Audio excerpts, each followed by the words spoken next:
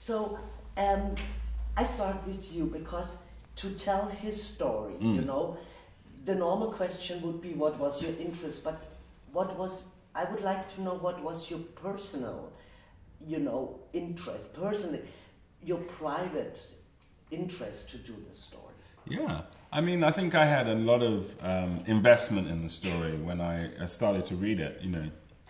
And so I found it very, like everybody else, you know, I found it very inspiring and very hopeful. And I thought that William's story really lives in this solution to some of the problems that are being faced.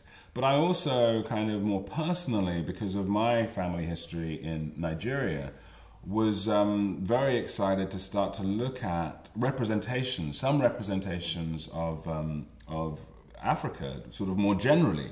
There are significant differences between Nigeria, especially in the rural community, and Malawi in the rural community, but there are similarities, and I was excited about starting to kind of explore that dynamic and then bringing in the very rich cultural texture of Malawi, and that, you know, and that extraordinary landscape and extraordinary people, and so sort of bringing in those dynamics as well was something that I was personally very excited about.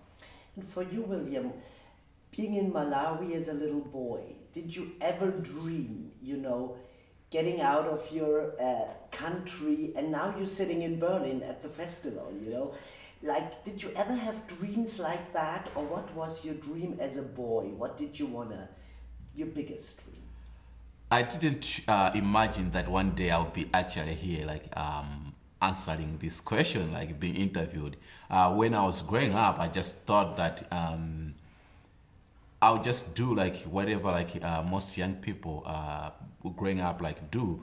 Also, like because I grew up in rural areas, it's like we don't have exposed to so many like careers. But the only hope that I had, like when I was growing up, I thought that I'll be doing something in like engineering, like maybe working into like fixing like cars.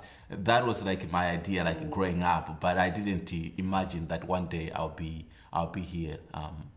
Walking like red carpets and all the glitz and glamour, right? I never like imagined that, yeah. Yeah.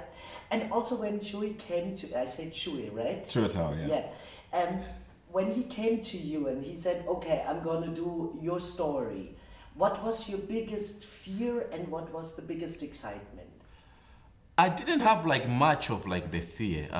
The only like excitement that I had, it's because he was adapting my the book that I wrote with my co-author Brian Miller. I hope the idea when I was writing a book was like trying to share my story with the rest of the world, seeing that people might have similar challenges that I was facing when I was growing up. They might get inspired by my book to do like something helpful to their own like lives. So for me to share that story with the rest of the world, it was very like important. When he approached us, say like, do you wanting like to make the movie about the book, I was very excited because I thought like that goal of reaching as many people as possible, it's gonna be achieved, because some people didn't have a chance to read the book, but they will have a chance to watch the movie, and they're gonna be able to learn about my story. And it's really hard. I mean, it really touches you, and what you realize, at least you know, it's not only an African story, it's a story of us, and that there is droughts, and that Africa has problems. It's because of our lifestyle. So we are all interconnected, you know. And I think this is what I took also out for me, that we are all part of that, you know. And was that something you wanted to achieve also? Yeah, I did want to talk about sort of about the interconnectedness of a kind of global community, essentially, and that the things like climate change, which affects us, but in the West, but in a sort of limited way at the moment. It'll increase, but it's limited at the moment. But things like climate change have a profound effect in some of our more vulnerable communities globally, who rely on consistency of weather patterns. So that was part of the conversation. I think that there were wider conversations, geopolitical conversations about communities, about democracy, about the environment, about the financial markets, and so on.